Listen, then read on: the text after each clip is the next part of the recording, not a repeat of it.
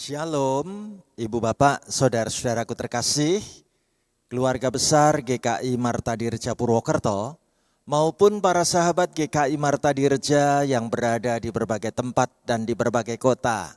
Puji Tuhan, hari ini saya Pendeta Stefanus Lim akan mengajak Ibu Bapak, Saudara-saudari mengikuti acara Kalam pada hari Kamis 30 Maret 2023. Ada sebuah tema yang menarik yang kita mau belajar sama-sama, yaitu berkata benar walau sukar. Nah, ayo Ibu Bapak Saudaraku, kita mengawali kalam saat ini dengan bergembira memuji Tuhan sambil mengimani betapa beruntungnya hidupku, betapa besar untungku kalau aku memiliki Tuhan Yesus.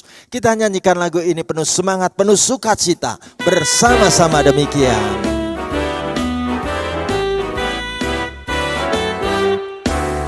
Besarlah untungku jika Yesus milikku, bersuka jiwaku karena damai yang penuh.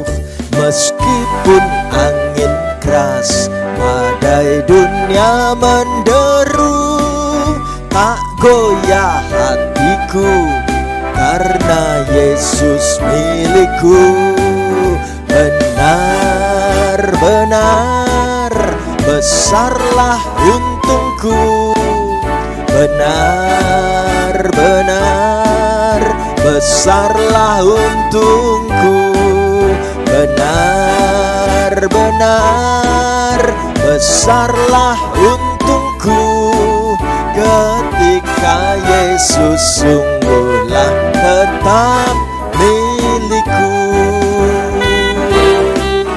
Mari saudaraku, kita nyanyikan lagu ini bait yang kedua bersama-sama. Meski tumpuanku pada Yesus Tuhanku, tidaklah aku jauh dari susah dan keluh. Di dunia yang fana bukan tahan berperang, di sorga yang baka dengan Yesus ku menang. Benar-benar besarlah untungku, benar-benar besarlah untungku, benar-benar besarlah untungku ketika Yesus sungguhlah tetap milikku. Amin. Ibu Bapak Saudaraku, mari kita membuka kalam ini dengan kita berdoa. Betapa kami beruntung dan bersyukur ketika dalam hidup ini kami boleh mengenal bahkan memiliki Tuhan di dalam perjalanan hidup kami. Bahkan kami pun dimiliki oleh-Mu. Terima kasih Tuhan, kami punya hidup yang berarti bersama-sama dengan Tuhan tiap-tiap hari. Bapa di sorga, sekarang saatnya kami akan belajar merenungkan firman-Mu. Pakai dan perlengkapi hamba-Mu melayankan pemberitaan firman-Mu. Berkatilah supaya pelayanan firman Tuhan sungguh mengubah hidup kami menjadi baru. Kami nantikan sabda-Mu Tuhan. Kami rindukan firman-Mu Bapa. Berbicaralah kepada kami dalam nama Tuhan Yesus. Kami rindu menyambut pelayanan firman Tuhan dalam acara Kalam saat ini. Haleluya, amin. Ibu Bapak, Saudara-saudaraku terkasih, tema yang menarik berkata benar walau sukar. Mari bersama-sama kita mengawali dengan membaca Yohanes 18 ayat 12 dan ayat 13. Bersama-sama kita ucapkan firman Tuhan begini. Maka pasukan prajurit serta perwiranya dan penjaga-penjaga yang disuruh orang Yahudi itu menangkap Yesus dan membelenggu dia. Lalu mereka membawanya mula-mula kepada Hanas, karena Hanas adalah mertua Kayafas yang pada tahun itu menjadi imam besar. Ibu bapak, saudaraku terkasih, Alkitab menceritakan kepada kita bagaimana kelanjutan peristiwa saat Tuhan Yesus sedang berdoa di Taman Getsemani. Lalu ia ditangkap di dalam rombongan pasukan prajurit dan perwira-perwira itu. Apa yang terjadi? Alkitab menceritakan kepada kita, Tuhan Yesus segera saat itu dibelenggu. Kita lihat gambar ini. Dan bagaimana Tuhan Yesus mula-mula dibawa menghadap kepada Hanas. Alkitab memberitahu Hanas itu adalah mertuanya Kayafas. Yang saat itu Hanas menjadi imam besar. Apa yang terjadi ibu bapak saudaraku? Kita boleh perhatikan kalau Tuhan Yesus mesti bertemu dengan sosok yang bergelar imam besar. Nah, kita bisa membayangkan ya, seperti apa kelompok yang dipimpin imam besar ini memiliki agenda-agenda tertentu dalam mengadili Tuhan Yesus. Apa sih yang muncul untuk kita tahu? Mari ibu bapak kita lanjutkan pembacaannya pada ayat 14 dan ayat 15. Sama-sama kita baca begini. Dan Kayafaslah yang telah menasihatkan orang-orang Yahudi adalah lebih berguna jika satu orang mati untuk seluruh bangsa. Simon Petrus dan seorang murid lain mengikuti Yesus. Murid itu mengenal imam besar dan ia masuk bersama-sama dengan Yesus ke halaman istana imam besar. Ibu bapak saudaraku, Kayafas ternyata sudah punya agenda. Biarlah lebih baik orang ini dibunuh mati untuk seluruh bangsa. Kita boleh melihat disinilah sebuah rencana politis untuk membunuh Yesus demi keamanan situasi negara saat itu. Ibu bapak saudaraku, di tengah-tengah suasana panasnya politik semacam ini, apa yang Alkitab katakan? Pada saat Tuhan Yesus mulai ditangkap, mulai diseret, mulai akan diperhadapkan dalam situasi pengadilan itu. Di manakah para murid? Alkitab mau menunjukkan kepada kita bagaimana Simon Petrus dan seorang murid yang lain mencoba mengikuti Yesus. Tapi menarik, Alkitab memberitahu kalau murid yang satu ini kenal imam besar. Jadi murid yang satu ini ikut masuk ke halaman istana imam besar. Karena murid yang satu ini yang tidak disebutkan namanya, ia kenal dengan situasi di tempat imam besar itu berada. Sehingga ia bisa masuk ke halaman istana imam besar. Ibu bapak, saudaraku, bagaimana dengan Petrus? Ayo kita baca bareng-bareng di ayat 16 dan 17 ya. Sama-sama kita ucapkan begini. Tetapi Petrus tinggal di luar dekat pintu. Maka murid lain tadi yang mengenal imam besar kembali keluar, bercakap-cakap dengan perempuan penjaga pintu, lalu membawa Petrus masuk. Maka kata hamba perempuan penjaga pintu kepada Petrus, bukankah engkau juga murid orang itu? Jawab Petrus, bukan. Ibu bapak saudaraku, inilah pertama kali kita boleh melihat saat murid yang satu yang ada di area di dalam halaman istana imam besar mengikuti proses pengadilan Tuhan Yesus. Ia mau mengajak Petrus masuk, tapi untuk bisa masuk di situ mesti melewati penjaga pintu. Dan Alkitab sebutkan Penjaga pintu itu adalah sosok seorang perempuan.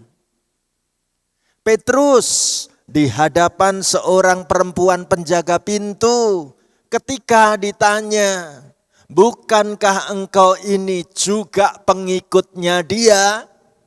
Petrus pertama kali menyangkal dan mengatakan, bukan, aku bukan pengikutnya. Saudaraku, sungguh menyedihkan bila kita mengenang kembali bagaimana ketika Tuhan Yesus dibawa dengan paksa untuk menjalani jalan penderitaan itu, ternyata murid-murid itu ketakutan dan meninggalkannya untuk menyelamatkan diri. Mereka betul-betul ketakutan. Dan Alkitab sebutkan hanya ada 2 orang murid. Yang satu disebutkan namanya adalah Simon Petrus. Dan yang satu tidak disebut namanya. Yaitu salah seorang murid yang lain. Yang tidak mau pergi tetapi terus mengikut. Namun tidak berani dekat-dekat. Itu ya. Nah, 2 murid ini berjalan mengikuti dari belakang untuk melihat apa yang akan terjadi atas Tuhan dan guru kami. Ibu bapak, saudaraku, Alkitab memang memberitahu dengan jelas kalau murid yang satu ini bisa masuk ke dalam halaman imam besar karena ia dikenal oleh para penjaga di tempat itu. Bahkan Alkitab katakan murid yang lain ini ia kenal dengan sang imam besar. Tapi lihat posisi Petrus. Simon Petrus lebih memilih berada di luar pintu. Dan justru di saat itulah terjadi. Petrus harus menyangkal pertama kali tentang keikutsertaan sebagai murid Tuhan Yesus. Ibu bapak, saudaraku terkasih. Kalau murid yang satu jelas-jelas dikenal sebagai pengikut Yesus. Tetapi Petrus masih belum pasti. Makanya ditanya oleh penjaga pintu itu, apakah engkau juga muridnya? Saudaraku, justru saat perempuan yang tugas jaga pintu itu bertanya pada Petrus, bukankah engkau juga murid orang itu? Dengan spontan, Petrus segera menjawab, bukan. Dan inilah pertama kali Simon Petrus menyangkal Tuhan Yesus. Saudaraku, bagaimana kelanjutan berikutnya? Ayo kita baca ayat 18 dan ayat 19 bersama-sama ya. Kita ucapkan demikian. Sementara itu hamba-hamba dan penjaga-penjaga bait Allah telah memasang api arang. Sebab hawa dingin waktu itu dan mereka berdiri berdiam di situ. Juga Petrus berdiri berdiam bersama-sama dengan mereka. Maka mulailah imam besar menanyai Yesus tentang murid-muridnya dan tentang ajarannya. Ibu bapak saudaraku, proses pengadilan itu terjadi di tengah malam yang dingin. Dan Alkitab mau memberitahu bagaimana di halaman itu kemudian orang mulai memasang api arang. Mereka mulai berdiri berdiam di sekeliling api arang itu. Dan Alkitab katakan Petrus juga ikut menghangatkan tubuh di sekitar api arang, tempat orang-orang banyak berdiam saat itu. Tapi lihat apa yang terjadi. Bagaimana saat itu ternyata Tuhan Yesus mulai harus diperiksa oleh imam besar Hanas. Dan apa yang dia persoalkan? Tuhan Yesus dipersoalkan tentang murid-muridnya sekaligus tentang ajarannya. Nah, ibu bapak saudaraku, menarik sekali bila kita mencermati bagaimana pada saat Tuhan Yesus diperhadapkan untuk diadili di depan imam besar Hanas. Hanas selaku imam besar memberi pertanyaan tentang murid-murid Tuhan Yesus. Ditanyai tentang soal ajarannya.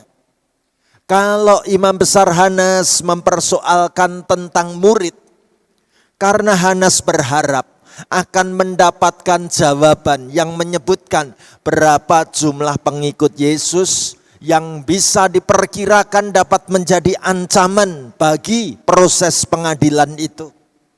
Saudaraku, kalau Imam Besar Hanas juga mempersoalkan tentang ajaran, itu berarti Imam Besar Hanas ini sedang mencari cara untuk mencari tuduhan bahwa Yesus layak disebut sebagai nabi palsu yang menyelewengkan ajaran kitab Taurat, sehingga nanti dengan mudah bisa dijerat dengan pasal dan dijatuhi hukuman mati. Itu programnya Imam Besar Hanas. Tapi bagaimana saat Tuhan Yesus ditanya dan bagaimana cara Tuhan Yesus menjawab? Ayo kita baca bareng-bareng ayat 20 ya. Sama-sama kita ucapkan begini. Jawab Yesus kepadanya, "Aku berbicara terus terang kepada dunia. Aku selalu mengajar di rumah-rumah ibadat dan di bait Allah, tempat semua orang Yahudi berkumpul. Aku tidak pernah berbicara sembunyi-sembunyi." Tuhan Yesus ternyata saat itu justru menjawab dan menjelaskan di hadapan Hanas dan di hadapan orang banyak bahwa selama ini aku enggak pernah sembunyi-sembunyi. Aku selama ini mengajar di tempat-tempat yang terbuka. Kenapa mesti dipersoalkan tentang ajaranku? Aku mengajar di rumah-rumah ibadat atau di sinagog. Aku mengajar di dalam bait Allah. Aku mengajar di tempat semua orang-orang Yahudi berkumpul. Dan aku enggak pernah bicara sembunyi-sembunyi. Itu jawab Tuhan Yesus. Sehingga Tuhan Yesus melanjutkan justru dengan berbalik bertanya kepada Hanas. Apa pertanyaannya? Ayo kita baca sama-sama ayat 21 dan ayat 22.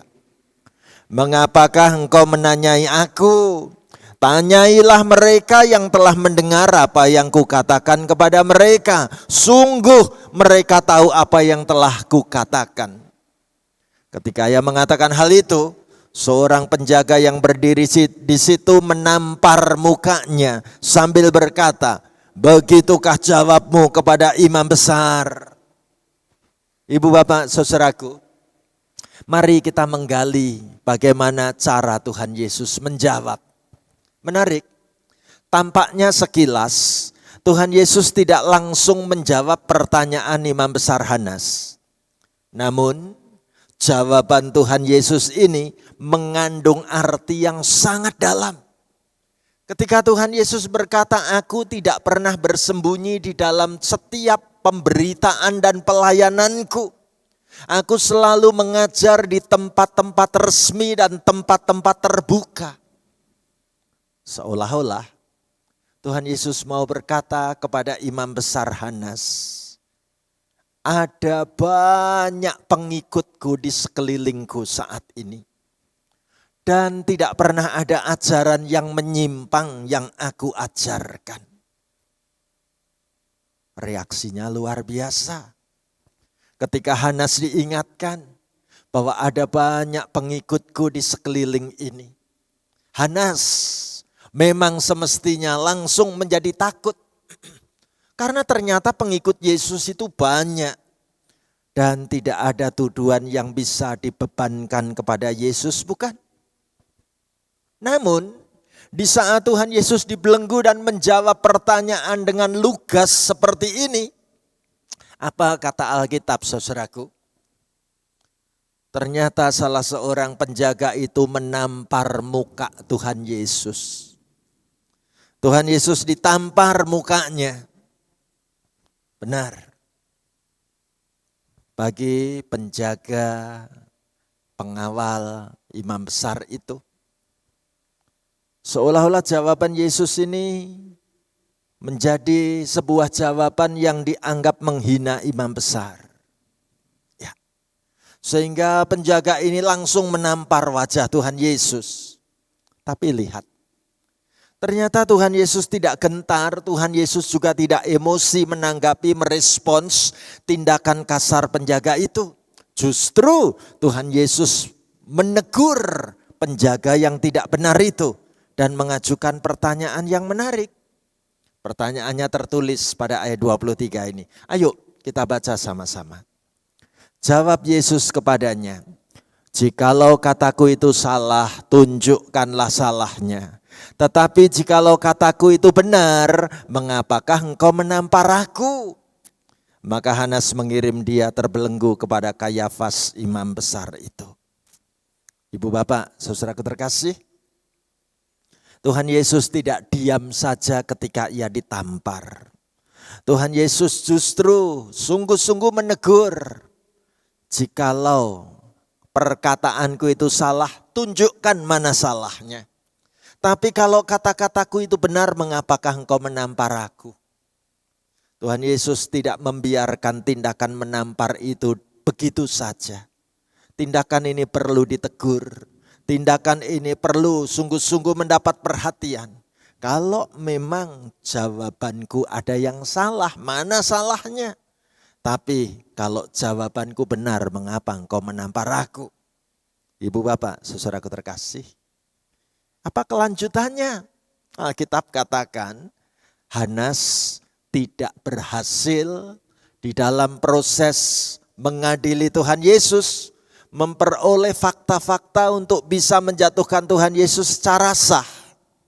Hanas mulai gentar, Hanas mulai takut melihat orang-orang banyak yang juga ikut di dalam persidangan itu. Apa kata Alkitab? Hanas kemudian memilih mengirim Yesus kepada imam besar yang satunya, menantunya, yaitu Kayafas. Kita lihat, siapa Kayafas?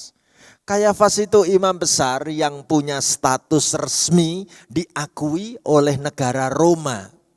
Kalau Hanas adalah imam besar versi orang-orang Yahudi, maka yang mendapat rekomendasi sebagai imam besar yang diakui oleh pihak pemerintah penjajah Roma yaitu Kayafas. Ya. Sehingga kita lihat dari Hanas kemudian dioperkan kepada Kayafas supaya nanti yang mengadili itu pindah ke pihak pengadilan Roma yang akan nanti dipimpin oleh gubernur Pilatus.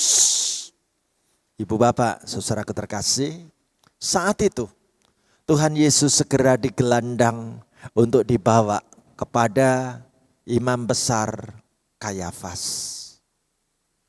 Apa yang terjadi? Ayo kita perhatikan ayat 25 dan ayat 26. Sama-sama kita baca begini. Simon Petrus masih berdiri berdiam ketika orang-orang di situ kepadanya, "Bukankah engkau juga seorang muridnya?" Ia menyangkalnya, katanya, "Bukan."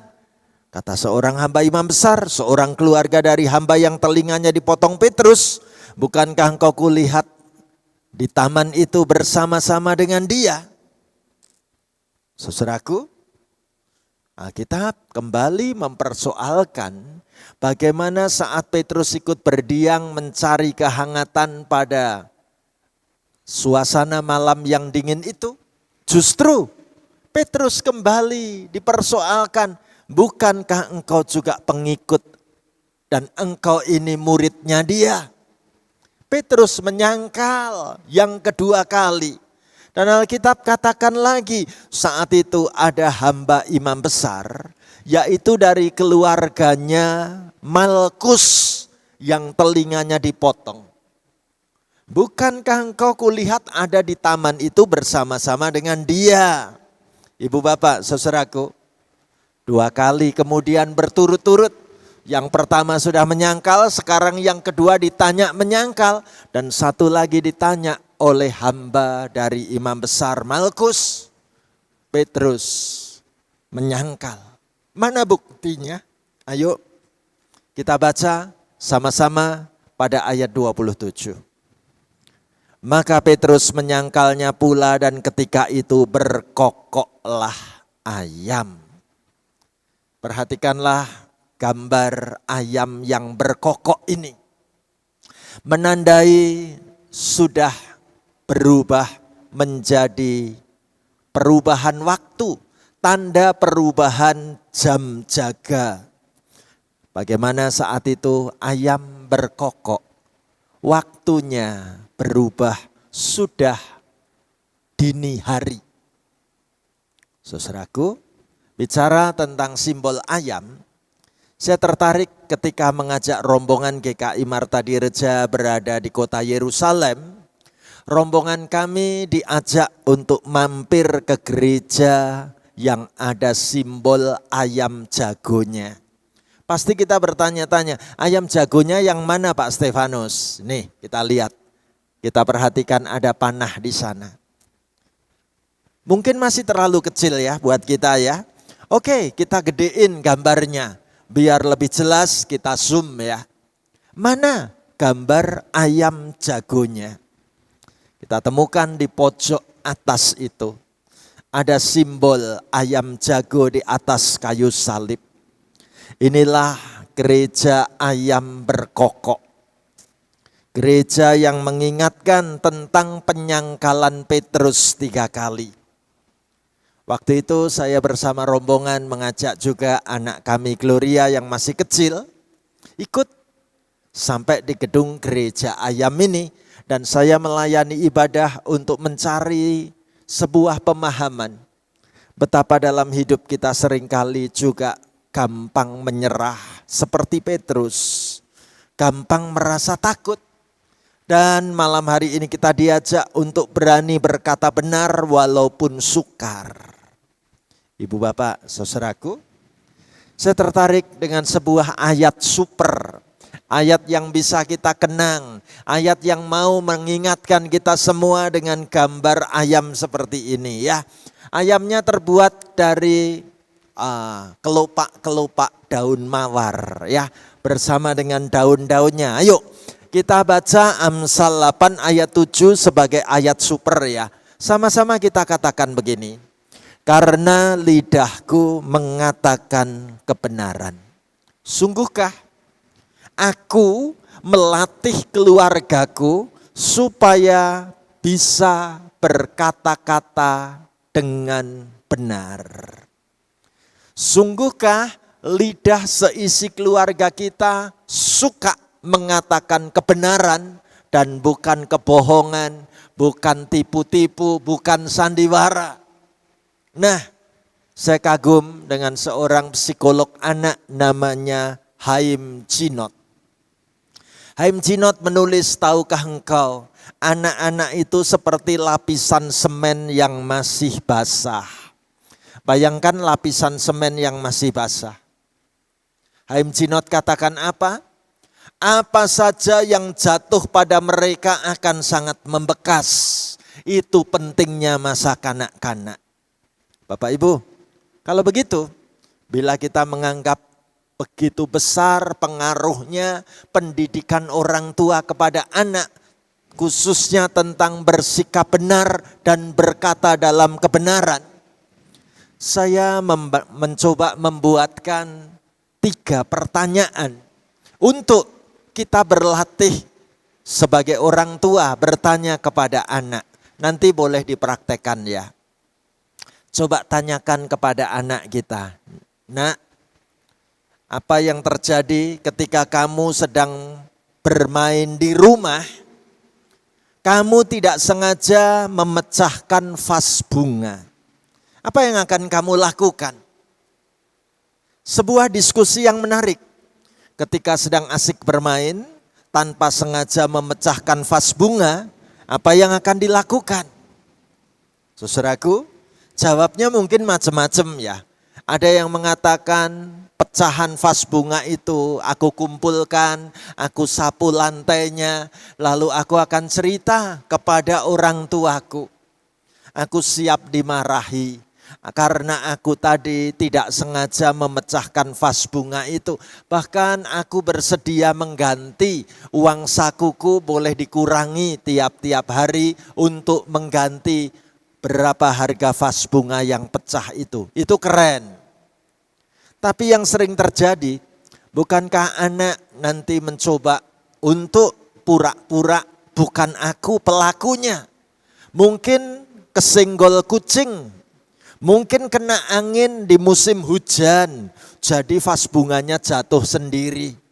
Saudaraku, berlatih berkata benar, berani mengaku, berani meminta maaf, berani untuk membayar ganti rugi, itu hebat. Ya, coba kita latih, kita tanyakan, kita diskusikan dengan anak-anak kita. Pertanyaan latihan yang kedua, menarik. Coba kita ajak anak kita membayangkan, saat itu kamu merebut mainan yang dipegang adikmu. Adikmu baru main-main, punya mainan, terus kamu rebut. Sampai adik ini menangis. Nah, nenek mendengar tangisan adikmu. Adikmu menangis. Karena takut, kamu cepat-cepat kembalikan mainan itu kepada adikmu. Tapi ternyata adikmu malah tidak berhenti menangis. Walaupun mainannya udah dipulangin, tetap nangis terus. Lalu nenek datang dan bertanya padamu, apa yang terjadi? Kira-kira kamu akan mengatakan apa kepada nenek? Ya. Saudaraku, apakah anak kita berani mengatakan, aku tadi salah nenek. Aku kepingin mainannya adikku, aku rebut. Dan sekarang udah aku pulangin tapi adik masih menangis. Aku minta maaf ya nenek. Atau justru kita katakan, enggak tahu, adik ini memang cengeng, dikit-dikit nangis. Aku enggak bikin apa-apa dia nangis. Ya, saudaraku, kadangkala seorang anak bisa mengubah dengan cerita-cerita bohong. Ayo kita latih anak kita berani untuk berkata benar walaupun itu sukar ya. Dan latihan yang ketiga, ayo kita praktekkan ya. Coba kita tanya kepada anak kita, nak, kamu dan teman-temanmu sedang main sepak bola di depan rumah tetangga. Nah, kamu menendang bola itu kuat sekali sampai bolanya kena pot tetangga lalu pecah. Apa yang akan kamu lakukan, nak? Pasti anak kita akan bercerita. Biasanya teman-temanku akan segera lari. Ya. Tapi ini kan pelakunya aku. Aku kan anak Tuhan. Beranikah aku mendatangi rumah tetangga itu dan mengatakan, maaf, aku tadi memecahkan pot.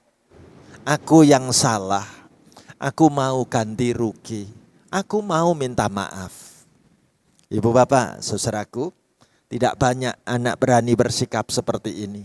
Biasanya dia akan mengatakan, aku enggak tahu tadi siapa yang menendang bola itu. Ya, karena teman-temannya udah pada lari. Ya. Atau mungkin kita katakan, enggak tahu potnya pecah begitu saja. Ya, ibu bapak, saudaraku, beranikah kita berkata benar walaupun sukar? Ayo kita latih itu pada keluarga, pada anak-anak yang kita sayangi, dan terus kita doakan anak-anak kita menjadi pribadi yang berani berkata benar walaupun sukar. Apakah ini kerinduan hati kita? Kalau kita katakan ini kerinduan hatiku Tuhan, mari kita mendoakan dalam doa berkat bersama-sama, diiringi dengan musik yang lembut seperti ini. Saudaraku, mari kita berdoa sepenuh hati.